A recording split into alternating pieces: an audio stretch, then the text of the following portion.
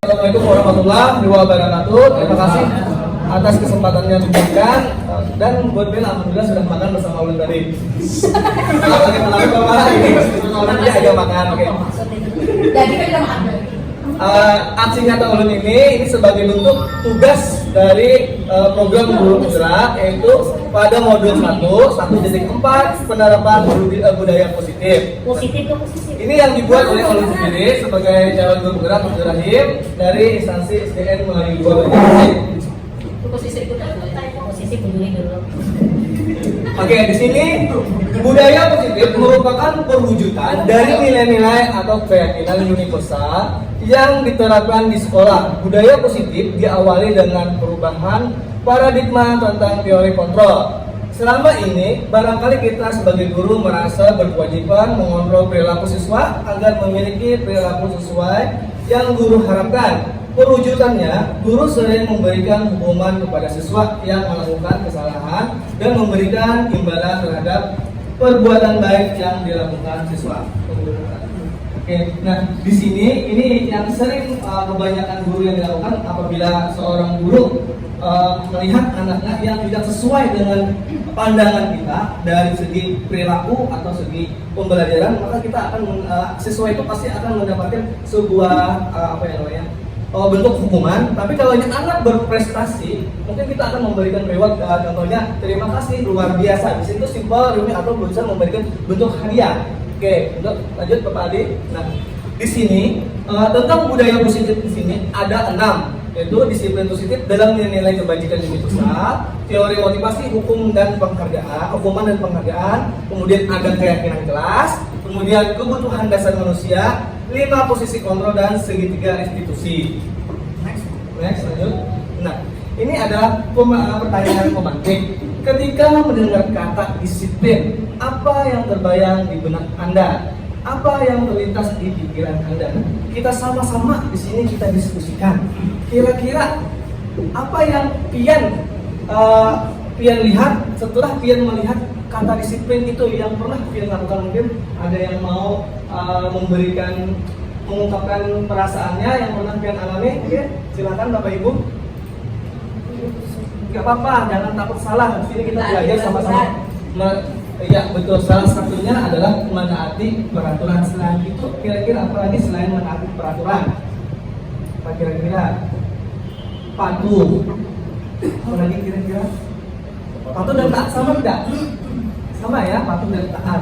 Apa kira-kira? Selain menaati peraturan, patuh apa lagi mungkin? Tempat waktu bisa. Tempat waktu, betul. Kemudian itu mungkin yang kita terlintas di pikiran kita masing-masing. Yang pernah lah melakukan tindakan disiplin saat anak-anak itu misalnya terlambat datang ke sekolah, apa yang dia lakukan tindakan disiplinnya? Barangkali mungkin ada yang bisa memaparkannya. Kalau ulun sendiri sering melakukan, contohnya kebiasaan pagi. Anak yang terlambat itu biasanya saya diamkan di depan pintu untuk tidak mengikuti berdoa secara berkelompok dalam kebiasaan diri, tetapi dia melakukan kebiasaan diri dengan mandiri. Nah, itu yang biasa saya lakukan. Nah, mungkin kira-kira selain itu mungkin ada lagi Bapak Ibu, mungkin dari kelas 1, kelas 2, atau kelas 4 dan 5, mungkin ada lagi. Mungkin itu aja ya. Oke, lanjut Bapak Adi. Oke, nah arti dari kata disiplin berasal dari bahasa Latin, yaitu disiplina, yang artinya belajar. Dalam budaya kita, makna kata disiplin dimaknai menjadi sesuatu yang dilakukan seseorang pada orang lain untuk mendapatkan kepatuhan. Kita cenderung menghubungkan kata disiplin dengan ketidaknyamanan. Betul. Kita kalau yang dilakukan tindakan disiplin pasti kita tidak nyaman. Itu pasti akan bertolak belakang dengan hati nurani kita. Aduh, saya terlambat lagi apa ini? Pasti dimarahin ibu, pasti dimarahin bapak. Biasanya seperti itu anak-anak yang pandangan anak-anak. Nah, masih tetap di disiplin atau kata disiplin juga sering dihubungkan dengan hukuman. Padahal itu sungguh berbeda, karena belajar tentang disiplin adalah positif, tidak harus dengan memberikan hukuman. Justru itu adalah salah satu alternatif terakhir dan kalau perlu tidak digunakan sama sekali. Ki Hajar Dewantara maupun Diana Gosen itu pendidikan mengartikan disiplin sebagai bentuk kontrol diri, yaitu belajar untuk kontrol diri agar dapat mencapai suatu tujuan mulia. Tujuan mulia di sini mengacu pada nilai-nilai atau prinsip-prinsip mulia yang dianggap seseorang. Kita memaknai nilai-nilai tersebut sebagai nilai-nilai kebajikan. Maaf ada kesalahan, ini adalah nilai besar. Ada betul. Nah, artinya di sini tindakan disiplin dalam menghukum itu adalah tindakan terakhir yang akan kita lakukan. Mungkin dalam pembelajaran agama, anak-anak yang tidak mengikuti salat berjamaah biasanya akan diberikan hukuman. Apakah benar seperti itu kira-kira? Apakah pas seperti itu kira-kira? Mungkin ada guru agama di sini. Kira-kira Bapak Ridho, pandangan Bapak mengenai hukuman yang pernah Bapak lakukan, misalnya ada pelanggaran yang tidak disengaja, tapi dia akan mendapatkan hukuman, bagaimana kira-kira Bapak? Menurut saya kalau zaman sekarang ini kada berlaku atau kada berfungsi lagi hukuman itu. Tidak berfungsi. Jadi Maksudnya tidak relevan lagi. tidak relevan lagi pada zaman sekarang ini hukuman seperti itu. Malah kalau hukuman seperti itu bisa bikin anak itu semakin melawan gitu. Sebenarnya tujuan disiplin kita itu adalah menjadikan sesuatu yang mulia, yang kita harapkan bahwa seorang anak itu dengan pikiran kita, dengan pandangan kita, kalau bisa mengikuti peraturan kita, kan tujuannya semata-mata untuk kebaikan dirinya. Tapi kadangkala dengan yang kita lakukan itu kadang-kadang itu melakukan kesalahan kepada diri kita, itu yang membuat disiplin itu tidak efektif dari segi hukuman. Iya, ini Bapak Ali. Nah, disiplin diri juga mempelajari bagaimana cara kita mengontrol diri dan bagaimana menguasai diri untuk memilih tindakan yang mengacu pada nilai-nilai yang kita hargai. Jadi sesuatu hal yang kita hargai, misalnya kebiasaan atau norma-norma yang berlaku di lingkungan kita. Misalnya ketepatan waktu. Ya, harusnya anak-anak itu menyadari tentang dia tepat waktu, baik datang, baik belajar, baik dia bisa menyelesaikan tugas. Tetapi kita biasanya dalam mengerjakan tugas kita tambah lagi. Kalau dia tidak bisa menyelesaikan, dengan cara apa? Menekan emosionalnya, psikologinya yang ditekan. Sebenarnya kita kan cuma itu ucapan aja. Oke, lanjut Bapak Ali. Nah, kemudian dari nilai disiplin itu harus mencantumkan atau mengimplementasikan nilai-nilai kebajikan diri besar. Nilai ini merupakan payung besar dari sikap dan perilaku kita, atau nilai-nilai ini merupakan fondasi kita berperilaku. Sifat-sifat positif manusia yang merupakan tujuan mulia yang ingin dicapai setiap individu, seperti yang telah dikemukakan oleh Dr. William Glasser pada teori tahun 1984.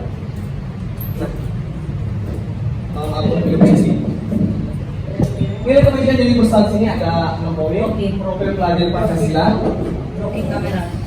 Profil pelajar Pancasila itu yang sering kita lakukan dalam masa kini, yaitu penerapan kurikulum merdeka, terutama pada kelas 1 dan kelas 4. Kemudian memorial program atau CIP, kemudian 9 pilar karakter, kemudian penunjuk sumber hidup dan keterampilan, disiplin esensial numbers ya. Oke, kemudian yang terakhir the virtuous project atau proyek nilai-nilai kebajikan. Nah, dari Glasser ini ada 6 poin yang dia jabarkan. Profil pelajar Pancasila itu bisa dikasih kepada yang ini.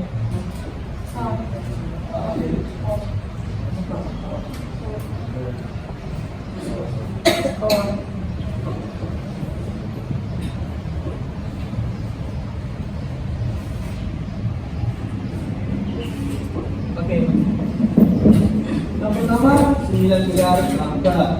Ini poinnya, kalau harus menerapkan disiplin, kita harus memahami tentang ini, cinta Tuhan dan segenap ciptaannya, kemudian kemandirian dan tanggung jawab, kejujuran, diplomatis, harmonis dan santun, dermawan, suka menolong dan gotong royong, percaya diri, kreatif dan bekerja keras, kepemimpinan dan keadilan, baik dan rendah hati.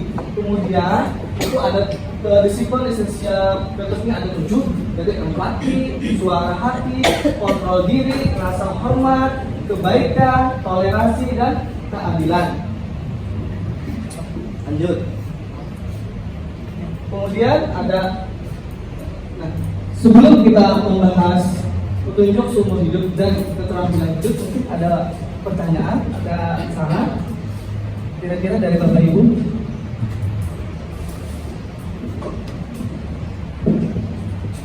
Belum ada ya? Kita lanjut aja kalau gitu. Petunjuk seumur hidup dan keterampilan hidup. Nah, ini tentang kehidupan kita.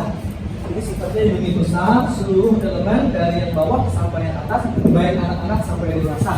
Keterampilan hidup dapat dipercaya, lurus hati, pendengar yang aktif, tidak merendahkan orang lain, memberikan yang terbaik dari diri.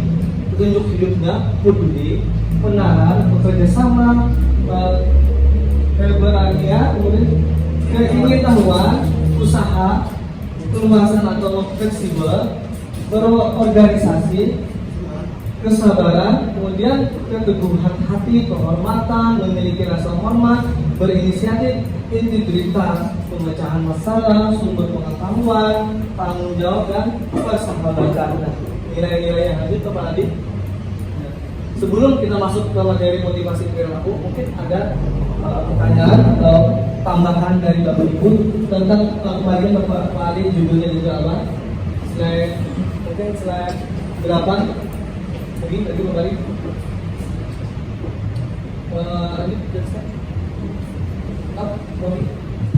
Iya.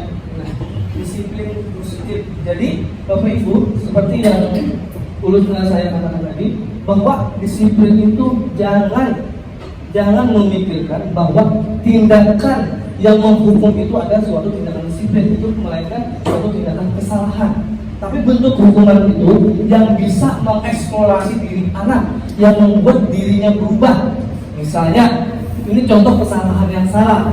Anak datang terlambat ke sekolah, disuruh berjemur di depan lapangan. Nah, itu akan membuat anak itu malu. Kenapa? Karena dilihat oleh orang lain. Tetapi kita bisa melakukan disiplin itu dengan hal positif. Contohnya apa? Contohnya dengan kita memberikan penjelasan, kemudian setelah kita memberikan penjelasan, dia melakukan tindakan yang kita suruh. Misalnya kita membersihkan WC, itu suatu tindakan yang positif, bahwa peduli lingkungan itu dan menjaga kebersihan itu baik untuk dirinya. Tapi kalau yang menghukum dengan menjemur itu salah, terus atau misalnya belajar datang anak-anak disuruh push up di luar, itu salah juga. Kenapa salah? Tidak konteks dalam pelajaran olahraga, tapi dia kalau masuk di dalam konteks olahraga, maka disiplin seperti olahraga dan lari keliling lapangan itu maka akan masuk seperti itu begitu. Oke, lanjut Bapak Adi. Ada Pak. Oke, silakan Ibu. Dari pemaparan Pak Aib tadi kan, kalau ada yang hukuman yang kita berikan itu bisa membuat malu ya, contohnya tadi. Nah, kita kembali ke peningkatan disiplin kita yang masalah atribut yang anak-anak sering kita tidak kita sendirikan ketika upacara, tapi di akhir mereka kita kumpulkan. Nah, apakah tindakan kita seperti itu sudah bisa dikatakan penerapan disiplin positif itu, Pak? Oke, terima kasih. Mungkin Bapak Ibu ada yang dari pertanyaan dulu. Kita melakukan kebiasaan di hari Senin, anak yang tidak memakai atribut lengkap, maka anak akan dikelompokkan dan disisihkan setelah acara berakhir. Kira-kira di sini Ulun sebagai bukan fasilitator, tapi sebagai pelatih, kira-kira tindakan yang pernah kita lakukan itu betul atau salah? Nah, sebelum Ulun jawab, mungkin dari teman-teman ada yang bisa memaparkannya. Maka kira-kira tindakan ini kan biasanya kita mencetuskan itu hasil dari kesepakatan kita. Pernahkah kita berpikir dampak dari kita mau memisahkan anak dari kelompok yang lain dengan identitas negatif? Apakah dia merasa dirinya malu? Pernahkah kita berpikir seperti itu? Pernahkah kita bertanya kepada anak-anak? Kira-kira apa kira-kira dari pertanyaan ini? Mungkin ada yang bisa menjawab, teman-teman. Ini Bapak Adi bisa menjawab. Dari yang kita lakukan biasanya eksekutornya adalah Bapak Adi. Misalnya kita setiap hari Senin, anak-anak tidak menganggap atributnya, maka setelah apel atau upacara maka anak-anak diam dulu sebentar, memisah dari kelompoknya, bentuk dari identifikasi. Kira-kira itu sama atau betul? Itu betul Pak, soalnya kan itu melakukan kedisiplinannya. Dinakan baik kedisiplinannya. Oke. Ada yang setuju dengan pandangan Pak Adi? Kira-kira? Silakan ungkapkan saja, nggak apa-apa. Ibu sudah kita salah langkah. Ibu Dede bisa? Yang lain bisa? Mungkin bisa dari Ibu lain. Menurut Ibu bagaimana? Mungkin ada pandangan yang kita lakukan itu akan tindakan apakah salah atau benar dalam tindakan itu? Kita kan sudah melakukan sesuatu, ini kejadian ini tidak hanya sekali dan berulang kali dan ini disaksikan oleh semua guru, disaksikan oleh semua guru.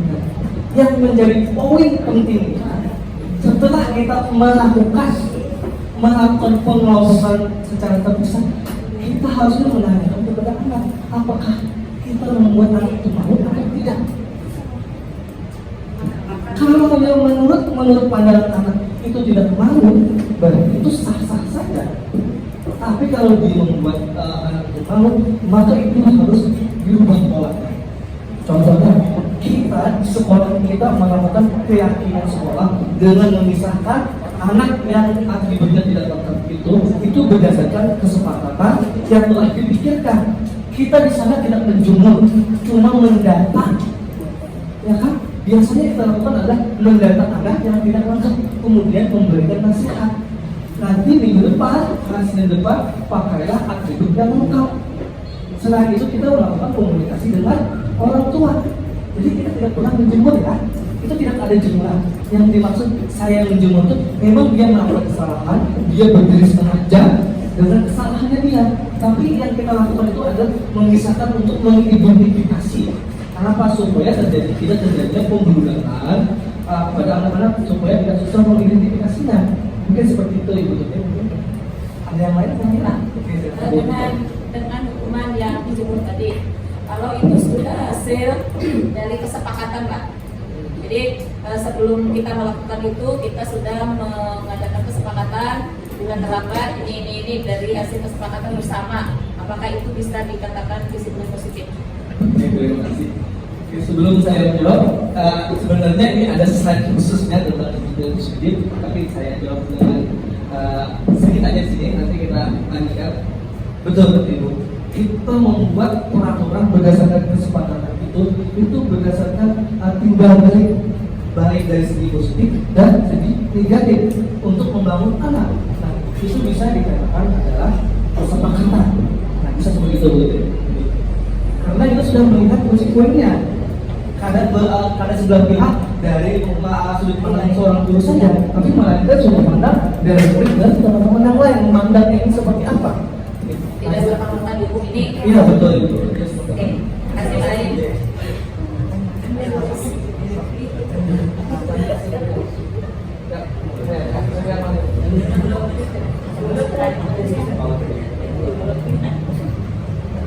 Oke lanjut dulu cuma 1 jam aja ya di sini soalnya masih banyak lagi yang harus diselesaikan. Iya sudah. Oke, selanjutnya ada motivasi perilaku. Nah, yang agak panjang bacaannya ada tidak salah dari slide. Untuk mendapatkan imbalan atau penghargaan dari orang lain, biasanya guru memberikan penghargaan kepada anak-anak yang telah mencapai prestasi. Sering dilakukan di anak kelas SD. Setiap melakukan bagi raport nih biasanya. Satu tingkat di atas motivasi yang pertama. Di sini orang berperilaku untuk mendapatkan imbalan atau penghargaan dari orang lain. Orang dengan motivasi ini akan bertanya, apa yang akan saya dapatkan apabila saya melakukannya?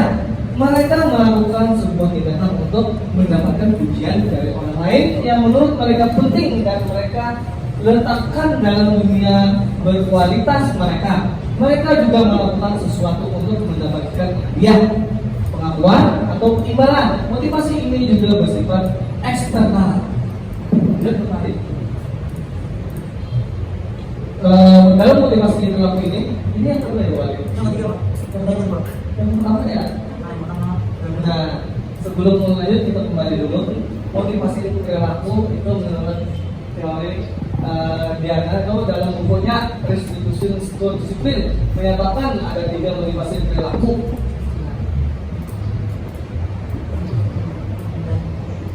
Ubah menghindari ketidaknyamanan atau hukuman. Ini adalah tingkat terendah dari motivasi perilaku manusia. Biasanya orang yang motivasi perilakunya untuk menghindari hukuman atau ketidaknyamanan akan bertanya.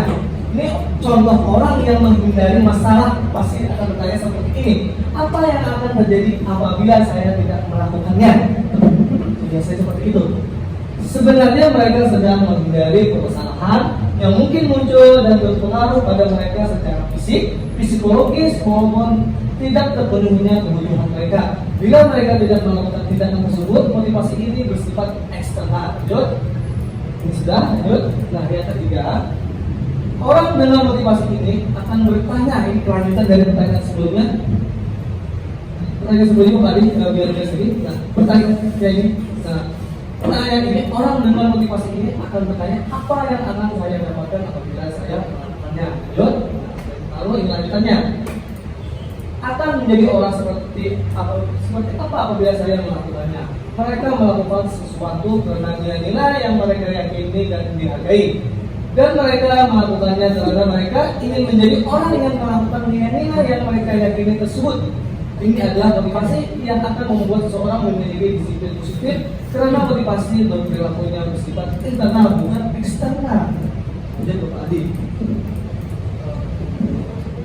Kemudian hukuman dan konsekuensi dan restitusi. Nah, dari yang sebelumnya ini adalah mendapatkan hukuman dan konsekuensi.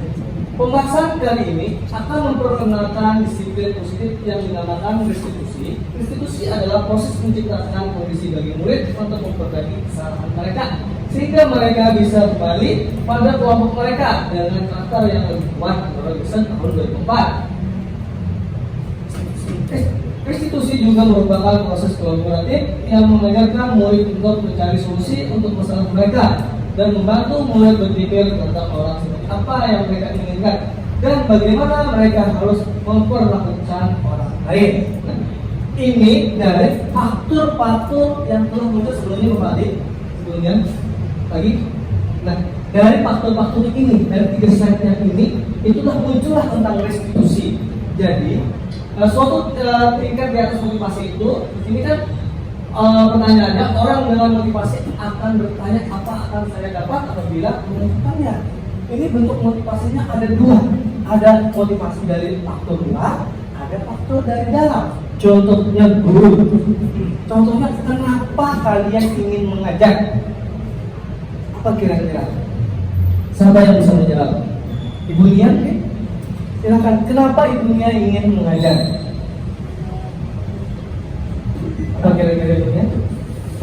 Karena ingin mencerdaskan anak bangsa. Karena ingin mencerdaskan anak bangsa. Betul. Kalau saya ingin mencari uang, Itu sebagian. sebagian. Ingin memberikan ilmu. Memberikan sebagian ilmu. Memberikan sebagian ilmu. Kemudian ingin mencari uang. Apalagi kira-kira? Saya itu menjadi guru akan diangkat derajatnya dari pandangan orang lain sebagai bentuk dari kepegawaian. Betul atau tidak Bapak? Betul. Faktor kita menjadi guru itu adalah ingin mencari uang, itu adalah faktor dari dalam diri itu salah.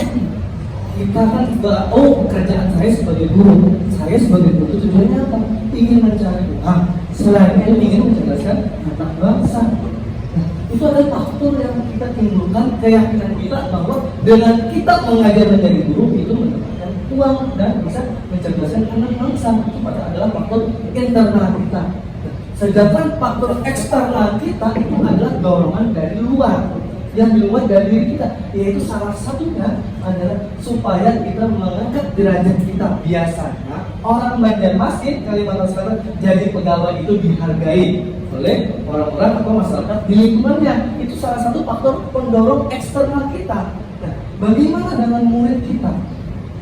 Kira-kira bagaimana dengan murid dari yang jadi permasalahan? bagaimana kita sebagai guru bisa mendorong faktor in dan X-nya kepada murid supaya minat belajarnya tinggi. Itu yang kita ciptakan. Pertama kita mengenali diri kita dulu dengan tujuan kita menjadi guru itu apa. Kira-kira ada yang bisa? Bagaimana cara kita supaya anak itu termotivasi melalui faktor internal mereka? Mungkin ada yang bisa? Niatkan untuk belajar sebelum berangkat sekolah. Kenapa itu? Siswanya disuruh berniat untuk belajar ketika mau berangkat sekolah. Berniat untuk belajar sebelum berangkat ke sekolah. Bukan berangkat, ya. Niat itu sebenarnya faktor internal, tapi ada yang lebih spesifik, mungkin itu masih bentuk abstrak. Misalnya, dia memiliki keyakinan mereka bahwa kalau dirinya, kita kan menciptakan bahwa ini ada nanti di slide berikutnya itu menyadarkan anak dengan kesalahan mereka.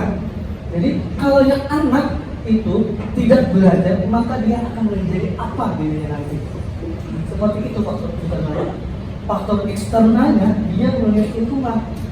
Ternyata kamu tidak sekolah ya, kamu anak ya. Nah itu faktor internalnya. Kadang-kadang ya, yang sifat-sifat negatif itu yang memberikan faktor eksternalnya. Tapi kalau faktor internalnya itu adalah motivasi dari dirinya, dia akan menjadi apa dan keinginannya, cita-citanya. Mungkin yang dikatakan Ibu Titi tadi benar, tapi masih tidak terlalu tinggi, masih abstrak. Ini lanjut Bapak lagi. Oke lanjut.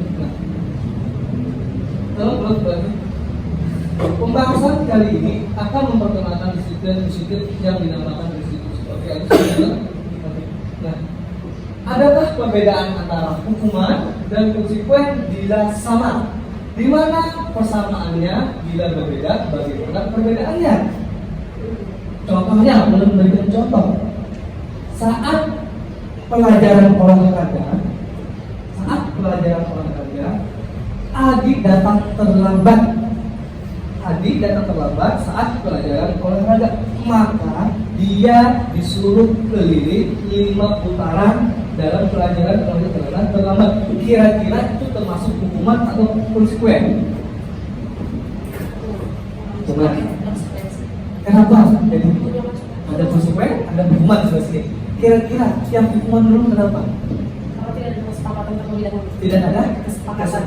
Kalau konsekuen sudah presiden. Karena terlambat belajar jadi disuruh melakukan hal yang berbeda dengan temannya. Oke.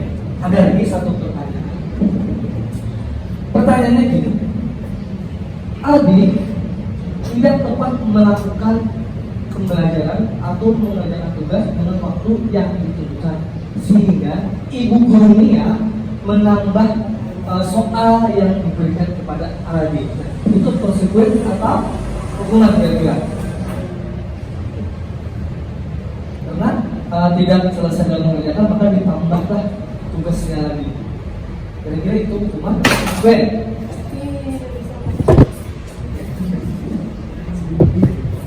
Kira-kira bunyi apa? Ada sarannya? Kalau pandangan saya, Bapak Adi terlambat datang dalam pelajaran olahraga, maka itu adalah konsekuen. Kenapa?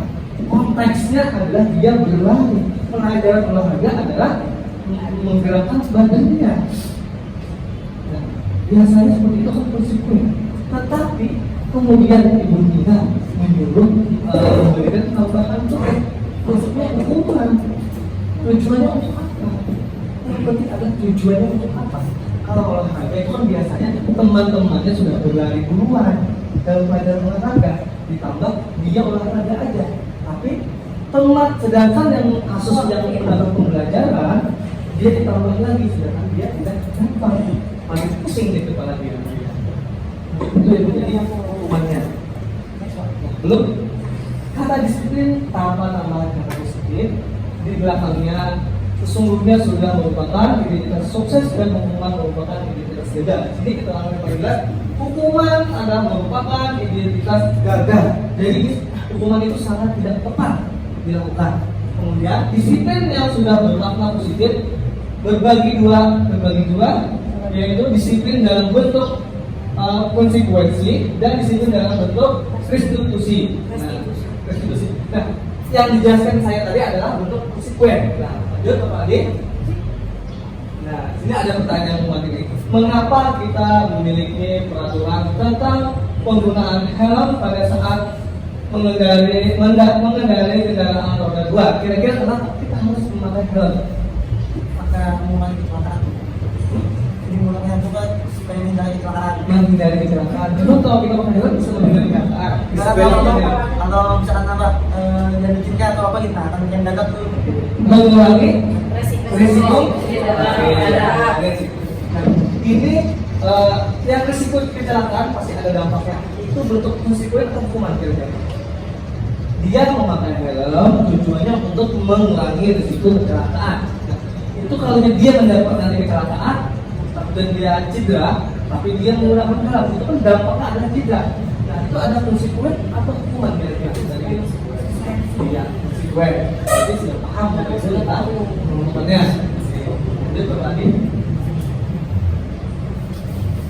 Nilai-nilai keselamatan atau kesehatan inilah yang kita sebut sebagai suatu keyakinan, yaitu nilai-nilai kebajikan yang universal yang disepakati secara tersirat dan tersurat, lepas dari latar belakang suku, negara, bahasa maupun agama. Artinya nilai-nilai kebajikan itu terlepas dari apapun bentuknya, dari agama, suku yang membuat kita bahagia dan kesehatan. Itu tadi. Nah, kita langsung masuk ke materi keyakinan kelas. Oke, sebelum ke sini, buat Bapak Ibu sudah melakukan membuat keyakinan kelas? Sudah. Yang Bapak Ibu buat itu keyakinan kelas atau kesepakatan kelas? Dia sudah melakukan kesepakatan kelas. Kalau apa artinya kesepakatan itu? Kesepakatan adalah sesuatu hal yang dikomunikasikan, yang diatur dan disepakati kan tentang peraturan yang ada di dalam kelas. Nah, di sini ada dua, ada kesepakatan kelas dan ada kesepakatan sekolah. Yang tahu kesepakatan sekolah kita apa kira-kira? Mungkin kesepakatan kelas kita, sekolah kita dulu pakai baju seragam. Kalau tidak memakai baju seragam, tidak mengikuti aturan. Oke. Kemudian ibu siapa nih? Bu Hede. Kesepakatan kelas sekian yang dia buat apa salah satunya contohnya? Bu Hede.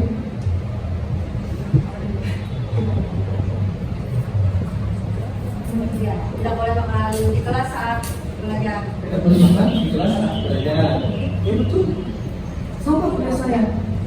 Saya dulu membuat anak-anak tidak boleh datang terlambat minimal jam 7.40. Anak-anak cukup 3 kali keluar kelas.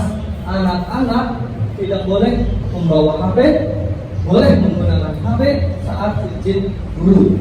Kemudian apalagi anak-anak harus menyelesaikan tugasnya di hari ini juga. Maka akan dilanjutkan kalau tidak selesai besok dikumpul langsung seperti itu. Itu ada sebuah kesepakatan. Kita baca dulu. Setiap tindakan atau perilaku yang kita lakukan di dalam kelas dapat menentukan terciptanya sebuah lingkungan positif. Perilaku warga kelas tersebut menjadi sebuah kebiasaan yang akhirnya membentuk sebuah budaya positif. Dalam mewujudkan perilaku warga sekolah yang memiliki kebudayaan positif, hal pertama yang perlu diciptakan dan disepakati adalah membuat keyakinan atau prinsip-prinsip dasar bersama di antara para warga kelas untuk mendapatkan nilai-nilai kebajikan yang disepakati bersama. Nah, setiap kesepakatan kelas yang pian buat, maka harus ada nilai-nilai kebajikannya. Tujuan pian membuat, misalnya anak-anak tidak boleh makan dan minum. Nah, itu harus ada nilai. Mengapa anak-anak tidak boleh makan dan minum? Itu yang pentingnya. Kemudian anak-anak tidak boleh membawa HP dan memainkan HP. Kenapa dia tidak boleh? Itu yang harus dipertanyakan. Jangan semata-mata tujuannya untuk mendisiplinkan atau untuk membuat kelas itu tenang. Tidak seperti itu Bapak Ibu. Lanjut Bapak Adi. Nah, keyakinan kelas bersifat lebih abstrak daripada peraturan. Yang lebih rinci dan konkret, keyakinan kelas berupa pertanyaan universal Pertanyaan keyakinan kelas senantiasa dibuat dalam bentuk positif. Ingat, kalimatnya harus yang baik, artinya positif itu. Keyakinan kelas hendaknya tidak terlalu banyak sehingga mudah diingat dan dipahami oleh semua warga kelas. Keyakinan kelas sebaiknya sesuatu yang dapat diterapkan di lingkungan tersebut. Semua warga kelas hendaknya ikut berkontribusi dalam pembuatan keyakinan kelas lewat kegiatan curah pendapat, bersedia meninjau kembali keyakinan kelas dari waktu ke waktu. Bertanya dengan Bapak Ibu, pertanyaannya, sudahkah Bapak Ibu melibatkan anak-anaknya membuat kesepakatan kelas? Biasanya kelas sudah atau belum? Sudah apa kira-kira? Oke, belum tentu. Yang paling penting kesadarannya anak bahwa anak itu tidak boleh melakukan pelanggaran yang telah diyakini. Kita tidak perlu memberikan hukuman, tapi kita memberikan penyadaran atau kesadaran bahwa tindakan mereka itu salah. Tidak sudah melakukan pelanggaran keyakinan kelas, itu akan berdampak bagi orang lain kalau dia melakukan tindakan seperti itu. Kiranya bakal pembentukan keyakinan sekolah atau kelas. Mengapa keyakinan kelas tidak teratur? Mengapa tidak peraturan kelas saja? Nah, sudah tadi mengapa tidak peraturan kelas? Contohnya apa tadi keyakinan kelas? Saya apa tadi yang punya? Bukan peraturan kelas ya?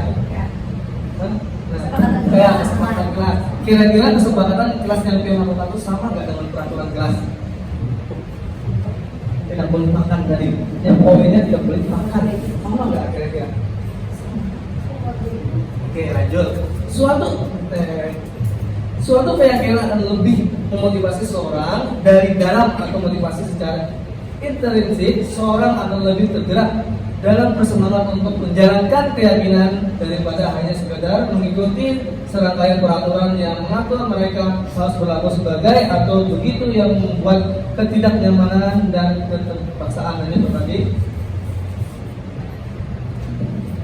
Keyakinan kelas dibentuk untuk menertibkan siswa di kelas. Menertibkan di sini bukan dalam arti pemaksaan, namun lebih kepada tanggung jawab dari setiap siswa. Artinya kita tidak memaksa siswa, tapi membuat anak itu bertanggung jawab dalam tindakannya.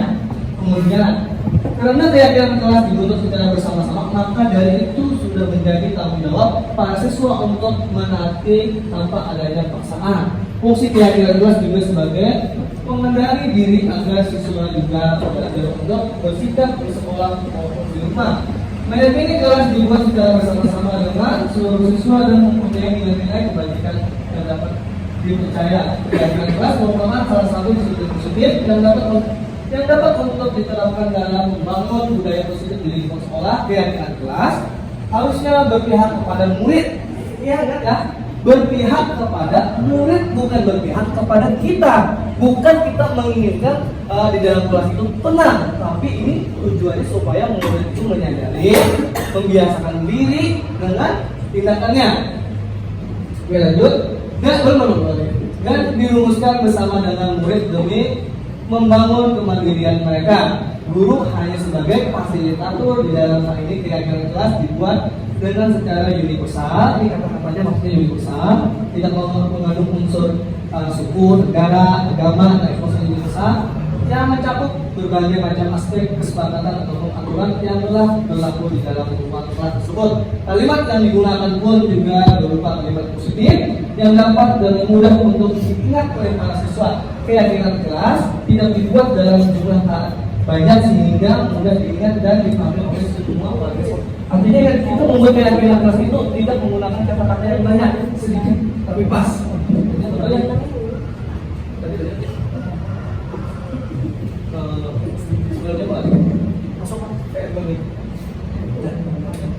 Kata itu bisa pakai menggunakan profil pelajar Pancasila. Kira-kira profil pelajar Pancasila ada berapa poin kan? Profil pelajar Pancasila ada 6 ya. Yang pertama tentang ketuhanan, kemudian kemandirian, motivasi, kebenekaan, bernalar kritis kreatif, satu lagi berarah mulia, berarah mulia. Nah, Keyakinan keras contohnya kita ambil salah satunya, anak-anak tidak boleh makan dan minum saat pelajaran. Kira-kira itu tujuannya, ya kata-kata yang baik apa kira-kira? Itu untuk apa sih kita menggunakan kata-kata tidak boleh makan dan minum itu untuk apa kira-kira? Memperhatikan? Oke, berarti kata-katanya jangan anak-anak tidak boleh makan dan minum.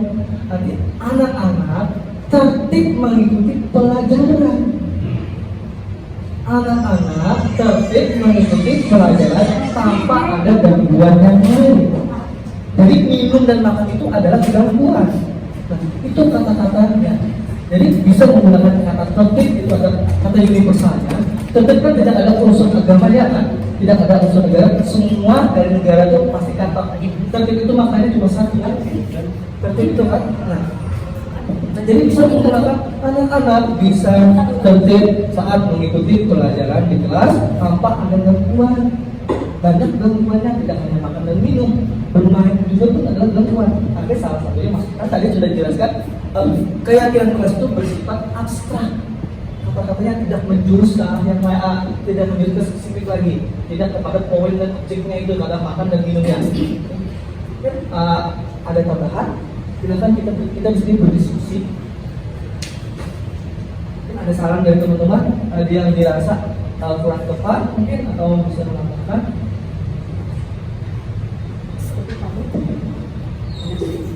Kenapa? Mungkin sudah tahu tentang keyakinan seperti itu. Kalau gitu lanjut. Ya lanjut, kebutuhan dasar manusia. Ada 5 poin kebutuhan dasar manusia. Oke, yang pertama ada penguasaan, kasih sayang, rasa diterima, kebebasan, kesenangan dan bertahan hidup.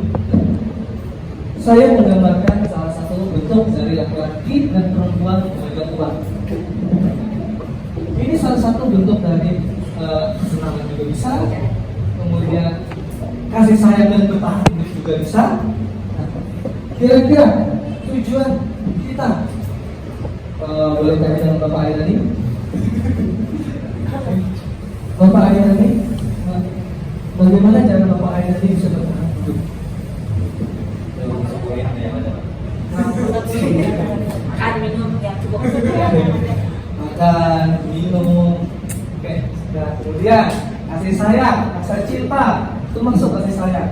Dia dengan suami atau dengan istri itu ada dari sebuah kasih sayang. Kemudian kesenangan, penguasaan itu ada tujuan untuk mengendalikan seseorang, mengontrol untuk tujuan yang tercapai untuk kebahagiaan dirinya juga. Untuk penguasaan. Seluruh tindakan manusia memiliki tujuan. Semua yang kita lakukan adalah usaha terbaik kita untuk mendapatkan apa yang kita inginkan.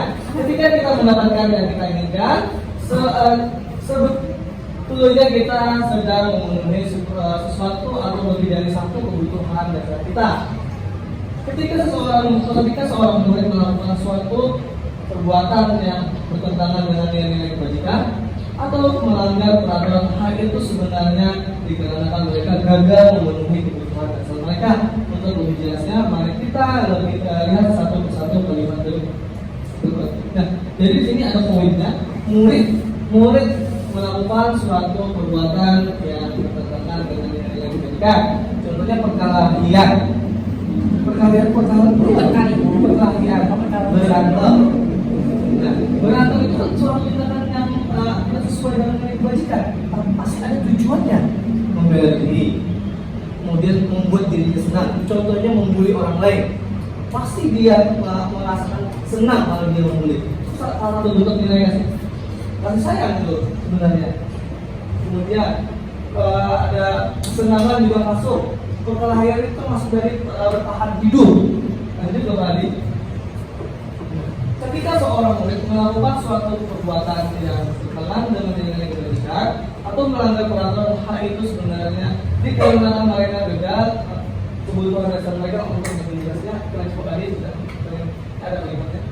Yang pertama, kebutuhan bertahan hidup. Kebutuhan yang bersifat fisiologis untuk bertahan hidup, misalnya kesehatan, rumah, makanan, seks juga termasuk ya. Seks sebagai listrik sebagai bagian dari proses produksi tersebut, termasuk kebutuhan untuk kita bertahan hidup. Kemudian psikologis, pada kebutuhan ini meliputi kebutuhan akan perasaan aman.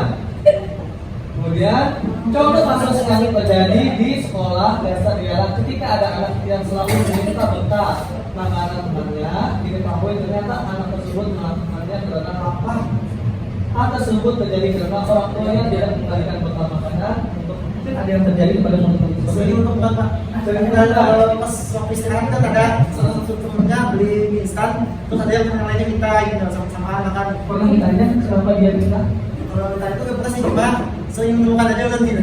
Kalau saya tanyakan beberapa orang, oleh habis duit Pak Ai. Ada Oleh makanan habis duit. Berarti jelas ya, apa yang dikatakan sih berarti benar. Contohnya dalam kasus dunia di atas nih kasusnya. Apabila jawaban dunia ketika ditanya oleh Ibu Ambar adalah karena dia lapar dan orang tuanya tidak membawakannya bekal makanan siang, maka kebutuhan dasar yang sedang berusaha dipenuhi oleh Doni adalah kebutuhan untuk bertahan hidup. Karena rasa laparnya itu kan, makanya minta atau ingin mencobai rasa yang baru. Nah, tetap artinya kalau anak-anak itu kenyang, pasti dia tidak mau makan lagi. Contohnya tadi saya makan durian cuma 2 aja, kenyang kita makan. Kalau jadi saya lapar, pasti aku semua saya makan duriannya. Oke, lanjut apa lagi? Cinta dan kasih sayang, kebutuhan yang kelima. Kebutuhan ini dan 3 kebutuhan berikutnya adalah kebutuhan psikologis, kebutuhan untuk mencintai dan memiliki meliputi kebutuhan akan hubungan dan koneksi sosial, kebutuhan untuk memberi dan menerima kasih sayang dan membutuhkan untuk merasa menjadi bagian dari suatu kelompok. Kebutuhan ini juga meliputi keinginan untuk tetap terhubung dengan orang lain seperti teman, keluarga, pasangan hidup, teman kerja, binatang peliharaan dan kelompok di mana kita tergabung dalam kasus di atas. Apabila ini kasus Doni lagi, Doni menjawab bahwa alasannya yang ini pertanyaan ini berlanjut dengan berhubungan dengan pertanyaan sebelumnya. Doni menjawab bahwa alasannya mengambil bekal temannya karena dia merasa senang temannya jadi memperhatikan dia. Jadi Doni ini setelah dia mengambil bekal makanan, dia merasa diperhatikan. Contohnya saya mempunyai murid Radit. Ya, Radit itu kan dia ingin diperhatikan dalam melakukan tindakan-tindakan yang negatif, contohnya membuang air, menyiram tanaman. Menyiram tanaman positif tapi dengan air yang berlebihan. Kadang-kadang di dalam kelas yang saya lakukan, dia selalu meledek dengan temannya.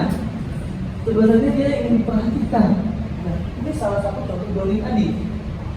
Contoh kasus yang terjadi di sekolah dasar, misalnya ketika seorang anak yang membuat masalah untuk mendapatkan perhatian dari teman, guru maupun orang tua, maka kebutuhan dasar yang sedang dipenuhi oleh anak tersebut adalah kebutuhan dan akan kasih sayang atau rasa diterima nanti kembali. Nah, ini lagi ada kaitannya. Ini penguasaan atau kebutuhan kemampuan atau kebutuhan. Ini berhubungan dengan kekuatan atau mencapai sesuatu kemudian menjadi terampil, diakui atas prestasi dari keterampilan kita, didengarkan dan memiliki rasa harga diri. Kebutuhan ini meliputi keinginan untuk dianggap berharga, bisa membuat perbedaan, bisa membuat pencapaian, kompeten, diakui, dihormati. Dalam kasus di atas, apabila dijawab Doni lagi, Doni adalah dia merasa hebat karena temannya jadi takut dengan dia, kemudian dan menuruti keinginannya, maka sebetulnya dia sedang berusaha memenuhi kebutuhan dasarnya atas kekuasaan. Ini contohnya yang Doni tadi yang mengambil makanan si anak tadi. Awalnya dia merasa benar, kemudian setelah merasa benar dia merasa hebat. Temannya tidak berani dengan dirinya. Nah, ada beralih kebebasan atau kebutuhan akan pilihan.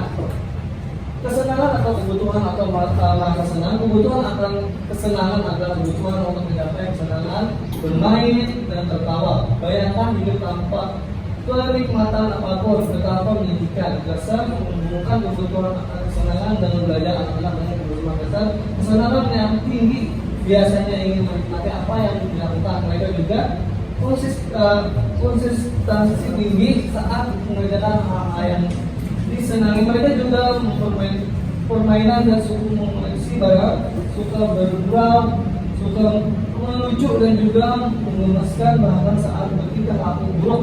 Dalam kasus di atas, bila Doni menjawab bahwa tidak melakukan karena iseng saja, dan dia menikmati ekspresi wajah teman-teman yang kesal karena dialami makanya, dan menurut dia ekspresi teman-teman itu akan lucu, maka berarti Doni sedang berusaha memenuhi kebutuhan anak kesenangan. Ini kasusnya persis seperti yang saya alami di kelas saya, yaitu kasusnya adalah anak Ananda Radit ya. Apa yang pertama, dia mengajak temannya saat temannya marah, maka dia akan ketawa. Misalnya Radit membuang air ditegur temannya, maka dia senang, merasa diperhatikan. Itu contohnya. Mungkin Bapak Ibu ada yang mengalami di kelasnya murid seperti itu? Ada Bu ini? Udah? Oke, cuma kelas saya aja. Semuanya mempunyai keluhan dan keistimewaan masing-masing. Good. Nah, kemudian ada 5 posisi kontrol. Ada pemukul, ada teman, ada pemantau, pembuat merasa bersalah, dan manajer. Anda sebagai guru, posisi mana yang pernah Anda terapkan kira-kira? Kira-kira ada pemukul, teman, ini ya sebelum kita lanjut, kira-kira Anda merasakan apa? Bu Eka mungkin posisi yang mana?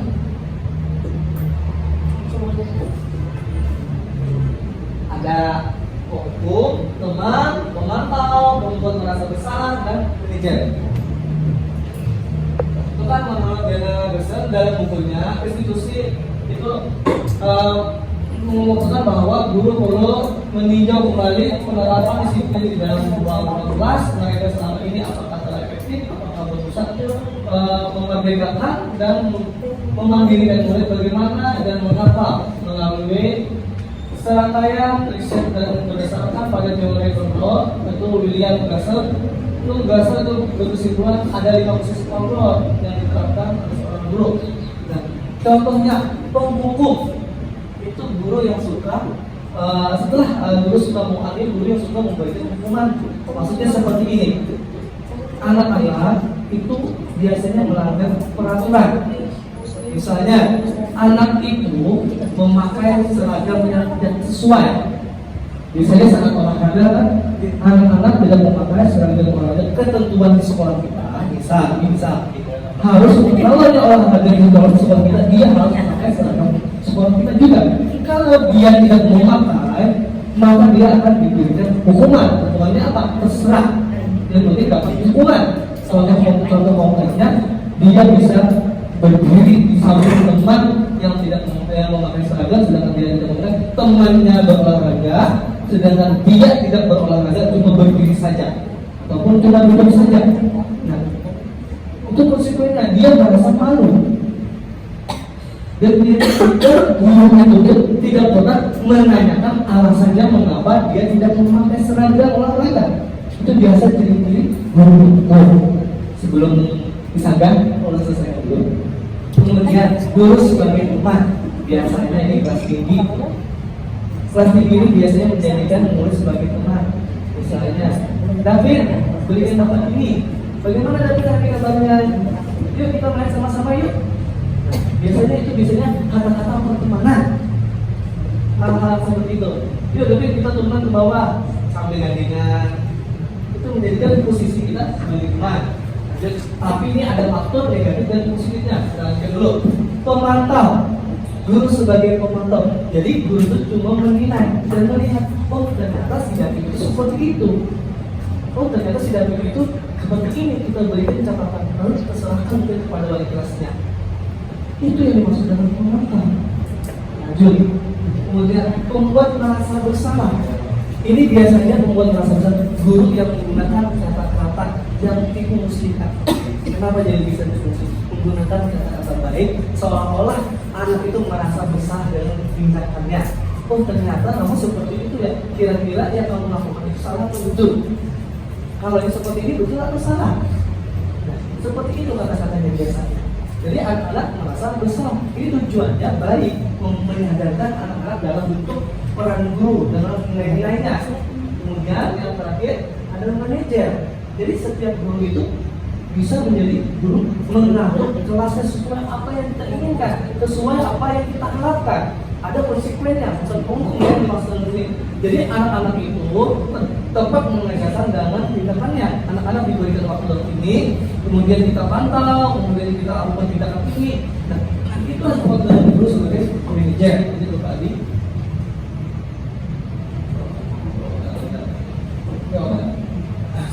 Niat dan Yani, niat dan Yani dipanggil masuk ke ruang ini. Kepala sekolah SMA Ibu Mimi baru saja mendapatkan pengaduan dari Ibu Nia bahwa ia ini menggunakan kata-kata kasar. Ia kata-kata kasarnya adalah merendahkan Nia di sosial media. Itu kasus pertama. Kasus kedua ini tidak terlihat. Tapi jarang sekali hadir di pembelajaran jarak jauh. Dan pada saat hadir pun, Adi seringkali menggunakan kata-kata kasar di kolom chat, mengejek teman-temannya. Hal ini sudah apa? Sangat mengganggu dan beberapa orang murid yang mengikuti pembelajarannya dengan bisa akhirnya dia orang tuanya melihat muridnya berprotes. Nah, ini pertanyaan calon-calon juru debat pengganti Bapak Iskandar nih. Bila Anda adalah seorang kepala sekolah, nah, peran disiplin apakah yang akan Anda lakukan untuk kasus? Nah, ini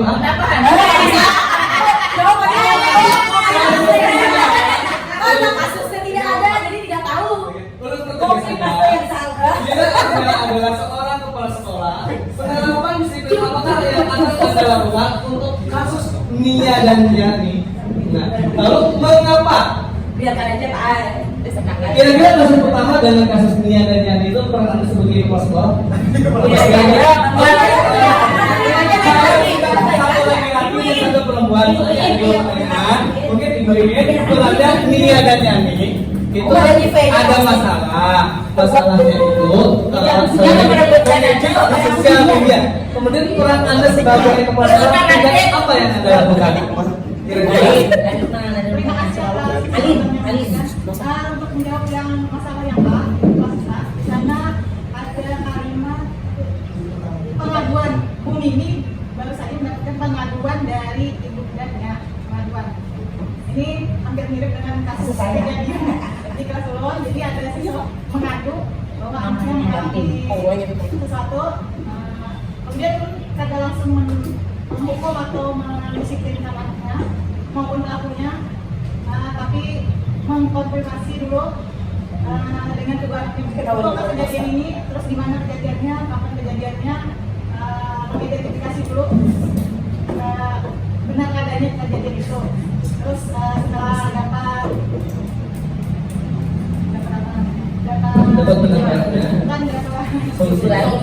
kesimpulan dari kejadian itu, kemudian saya itu sebagai kepala sekolah. Iya, sebagai kepala sekolah. Kok ibu ya?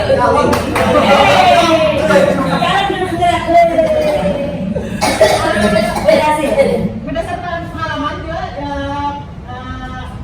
berhadapan dengan kepala sekolah, jadi kepala sekolah menemani atau memediasi untuk mempertemukan kedua belah pihak yang telah bermasalah, misalnya seperti Nia dan Yani tadi. Jadi dipertemukan.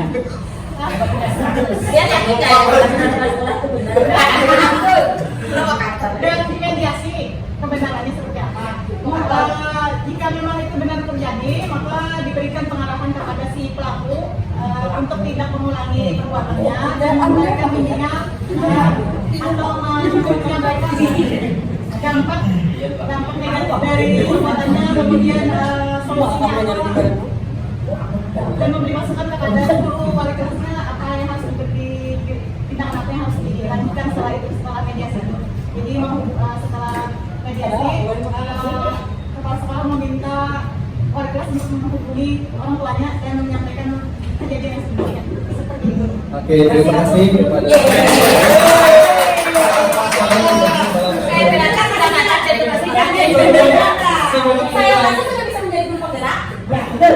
sebelum kita lanjutkan dari Ulun, mungkin bisa Bapak Rido yang pertanyaannya B tentang AZIK ini, yang tentang pembulian ya, kategorinya jadi pembulian di media sosial, orang tuanya jadi Kenapa? ini Pak menarik Enang diskusi gara-gara apa? jarak jauh. Kira-kira bagaimana? Bapak Rido. Ya mungkin menurut saya masalah Aldi ini kan kita harus tahu penyebabnya apa. Jadi yang pertama kita lakukan pendekatan dulu kepada si Aldi. Misalkan kita sebagai kepala sekolah, kalau ada orang yang hadir di sekolah kita panggil dulu. Maaf sebelumnya, seandainya Bapak jadi kepala sekolah. Ya, Ya. seandainya. Sekolah aja, Pak. Ya, jadi si Aldi ini kalau pada saat berada di sekolah, terus kita panggil dulu ke ruangan kita, melakukan pendekatan dulu, bicara santai dulu.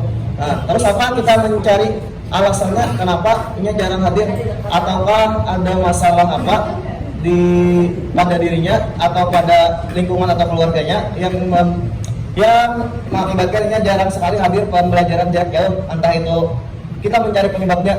Terus untuknya menggunakan kata-kata kasar tadi, nah jadi kita arahkan ini kenapa Inya itu selalu menggunakan kata-kata kasar, ataukah kebiasaannya sudah di rumah atau Inya bercandanya sangat keterlaluan. Nah jadi tadi intinya kita berikan pendekatan dulu sama Inya. Jadi kita ngobrol dulu. Setelah ketemu akar masalahnya yang menyebabkan Inya melakukan tersebut, jadi bisa nanti kita masukkan ibaratnya nasihat-nasihat yang bisa diterimanya. Terus kalau sudah hal itu tidak bisa lagi, baru nanti kita panggil orang tuanya, kita sama-sama mengajak orang tuanya untuk konsultasi bagaimana anak pian ini supaya tahu ada lagi seperti itu. Nah kalau sudah gila sekalinya, berarti itu sudah dapat kita akarnya dari lingkungan sananya, lingkungan orang tuanya atau lingkungan sekitarnya sudah terbiasa dengan hal tersebut. Jadi dari kita yang membiasakan, walaupun itu ada sedikit banyaknya yang dia dapat, mungkin itu aja. Oke, terima kasih kepada cocok sudah menjadi kepala sekolah Nah, dari yang kita dari yang Ngobrol lagi. ibu jelaskan, kemudian Bapak Rido, kira-kira belum bisa saya bisa menangkap bahwa tindakan yang dilakukan itu adalah mencari informasi terlebih dahulu, ya kan? Jadi itu adalah perhatian, artinya sebagai pemantau dulu.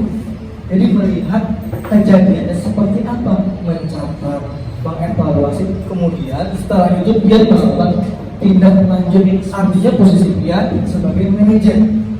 Dia harus memberikan tindakan, keputusan itu adalah peran bagi manajer. Lanjut Bapak Adi sebagai penghukum tadi. Ini peran guru sebagai penghukum. Seorang penghukum bisa menggunakan hukuman fisik maupun verbal.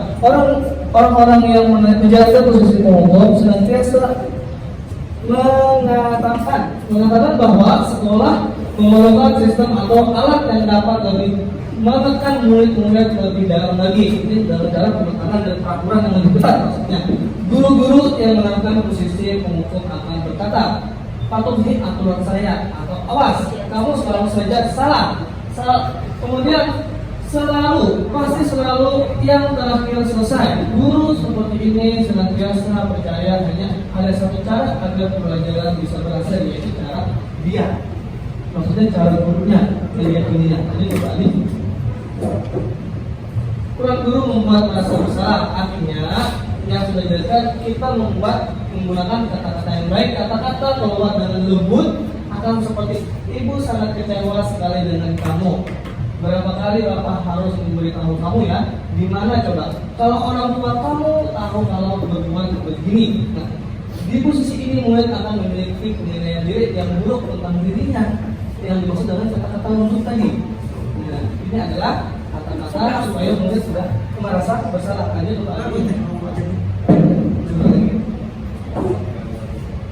Kemudian peran guru sebagai teman sudah dijelaskan, guru merangkul dengan kata-kata pertemanan, dengan tindakan dalam bercanda, kemudian bisa main HP bareng, main game, tapi kita bisa memasuki tentang permasalahan dengan cara seperti itu. Itu adalah bentuk dari peran guru sebagai pemantau. Oke, sudah dijelaskan peran guru tadi sebagai pemantau dan ditingkatkan dan fokus observasi terlebih dahulu. Peran guru tadi lanjut. pahit. Kemudian manajer itu memberikan suatu tindakan dan keputusan terus apa yang dilakukannya sesuai dengan keinginannya untuk tujuan bersama. Itu adalah untuk manajer. Kemudian yang terakhir ada segitiga eksekusi. Ini ada video pelajaran semoga langsung aja mencoba ini dulu.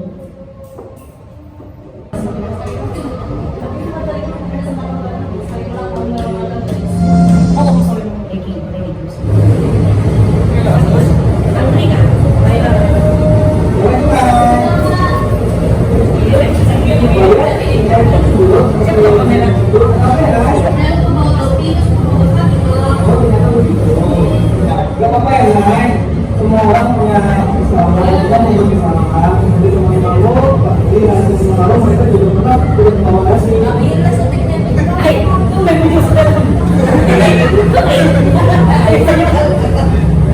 Tidak apa-apa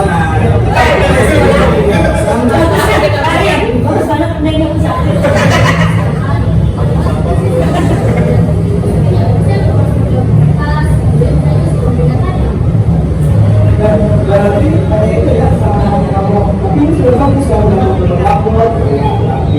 Cuma kamu ada kegiatan oke sama dengan mas lagi ya. Kira-kira tindakan saat ini apakah tindakan daerah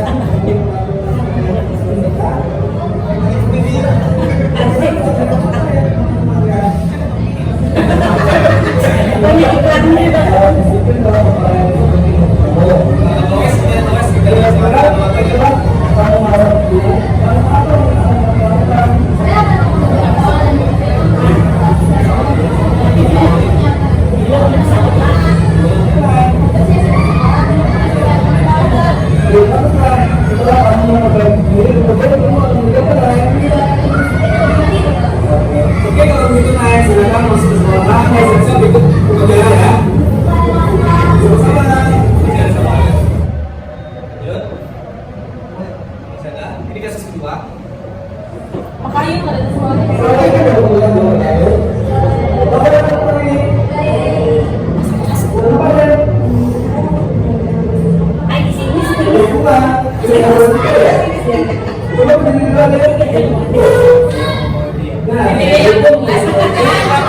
Mas sampaikan ini ya.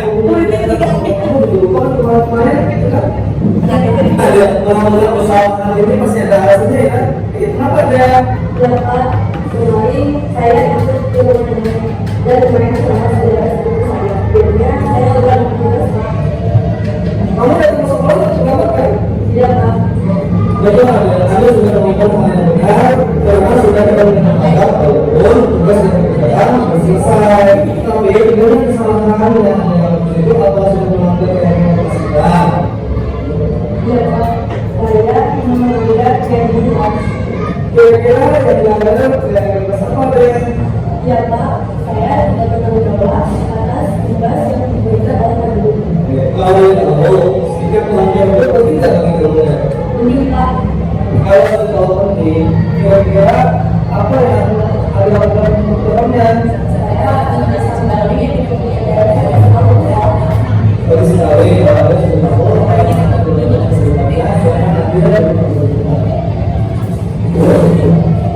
Karena saya tidak didukung dan tidak ada mereka sama saya. Dan mohon maafin saya senang karena saya tidak didukung dan diajarkan untuk memperbaiki kesalahan saya. Oke, nah dalam segitiga institusi ini berkaitan dengan namanya disiplin. Artinya kita jangan kalau bisa jangan anak. Segitiga institusi itu ada 3 poin. Yang pertama, menstabilkan identitas, memvalidasi tindakan yang salah, dan menanyakan keyakinan. Yang pertama, lanjut Pak. Menstabilkan identitas untuk membuat anak yang merasa gagal karena berbuat salah menjadi positif terhadap dirinya. Artinya tadi dari video pembelajaran tadi itu si anak itu kasus pertama itu adalah dia ketinggalan atribut sekolah saat upacara. Sedangkan kasus kedua dia mengerjakan tugas soal matematika di sekolahan, padahal tugas itu diberikan tugas di rumah. Nah, kemudian itu ketahuan oleh guru. Nah, itu langkah yang dilakukan guru itu adalah menstabilkan identitas. Berarti kita menanyakan kesalahannya, bukan menanyakan mengapa dia bisa seperti itu. Tapi ingat poinnya, menanyakan kesalahan apa yang pernah mereka melakukan kesalahan, tapi bukan sebabnya. Lanjut kembali. Kemudian memvalidasi tindakan yang salah. Lalu setelah kita menanyakan salahnya, dia menyadari dari dalam dirinya bahwa yang dia lakukan itu adalah salah. Salah sama sekali. Nah, kemudian setelah itu dia setelah menyadari salah, maka ada yang harus dilakukan yang lanjut kembali. Nah, menanyakan keyakinan. Setelah dia menyadari kesalahannya, kemudian dia melakukan rencana supaya dia tidak berbuat salah lagi. Nah, misalnya seperti yang tadi, saya tidak akan mengulanginya lagi. Langkah-langkahnya yang pertama, saya akan bangun lebih tepat, kemudian menyiapkan atribut sekolah di malam harinya atas sinariran tadi. Kemudian kasus keduanya, saya akan mengerjakannya dengan dibantu oleh orang tuanya. Kesalahan pada kasus kedua tadi, dia berpergian ke tempat nantinya sehingga tidak dapat mengerjakan tugas matematika tadi. Nah, seperti itu. Ini kadang-kadang yang paling suka yang kita lakukan di sekolah, membuat anak itu sadar dengan tindakannya dan membuat anak itu bisa mencari jalan keluar sendiri untuk supaya anak itu mandiri. Itu yang paling susah, apalagi anak kelas 1 dan 2. Ditanya apa, dijawabnya apa biasanya. Nah, makanya komunikasi yang baik itu penting dalam segitiga institusi ini untuk meyakinkan dirinya supaya menjadi yang lebih baik lagi. Oke, dia kembali siap. Oke, nah presentasi dulu udah habis. Mungkin ada yang dipertanyakan atau memberikan saran atau senggahan mungkin Bapak Ibu? Sudah ada? Oke, Bapak cukup. Oke. Jadi budaya positif itu langkah-langkahnya itu mulai dari diri kita, faktor internal dan eksternal, tentang membuat keyakinan kelas.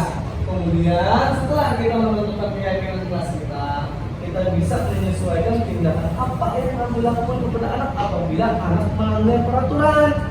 Contohnya dengan seperti gaya segitiga institusi itu, cara untuk menyelesaikannya tidak harus mesti dengan memberi hukuman fisik atau hukuman mental. Seperti itu, mungkin paham Bapak Ibu? Oke.